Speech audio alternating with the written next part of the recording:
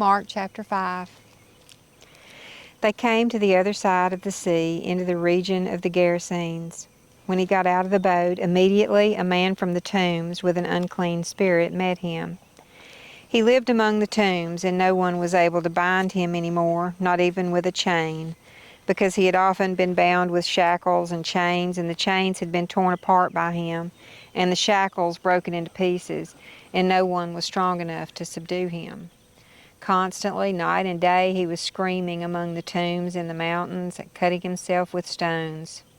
Seeing Jesus from a distance, he ran up and bowed down before him, and shouting with a loud voice, he said, "What business do you have with me, Jesus, Son of the Most High God? I implore you, by God, do not torment me." For he had already been saying to him, "Come out of the man, you unclean spirit." And he was asking him, "What is your name?" And he said to him, "My name is Legion, for we are many." And he begged him earnestly not to send them out of the region.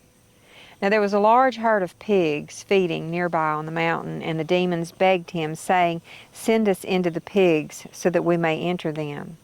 Jesus gave them permission, and coming out, the unclean spirits entered the pigs, and the herd rushed down the steep bank into the sea, about 2,000 of them, and they were drowned in the sea. Their herdsmen ran away and reported it in the city and in the countryside, and the people came to see what it was that had happened. And then they came to Jesus and saw the man who had been demon-possessed sitting down, clothed and in his right mind, the very man who previously had the legion, and they became frightened. Those who had seen it described it to them, how it had happened to the demon-possessed man, and all about the pigs. And they began to beg him to leave their region. And as he was getting into the boat, the man who had been demon-possessed was begging him that he might accompany him.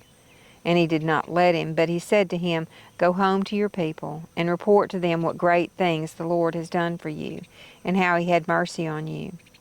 And he went away and began to proclaim in Decapolis what great things Jesus had done for him, and everyone was amazed.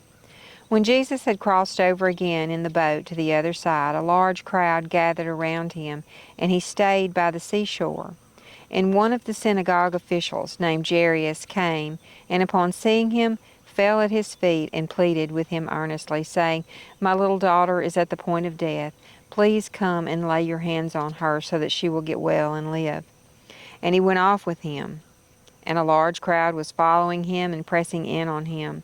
A woman who had had a hemorrhage for 12 years and had endured much at the hands of many physicians and had spent all that she had and was not helped at all, but instead had become worse. After hearing about Jesus, she came up in the crowd behind him and touched his cloak, for she had been saying to herself, "If I just touch his garments, I will get well." And immediately the flow of her blood was dried up, and she felt in her body that she was healed of her disease. And immediately Jesus, perceiving in himself that power from him had gone out, turned around in the crowd and said, "Who touched my garments?" And his disciples said to him, "You see the crowd pressing in on you, and you say, 'Who touched me?'" And he looked around to see the woman who had done this. But the woman, fearing and trembling, aware of what had happened to her, came and fell down before him and told him the whole truth. And he said to her, "Daughter, your faith has made you well. Go in peace, and be cured of your disease." While he was still speaking, people came from the house of the synagogue official, saying, "Your daughter has died. Why bother the teacher further?"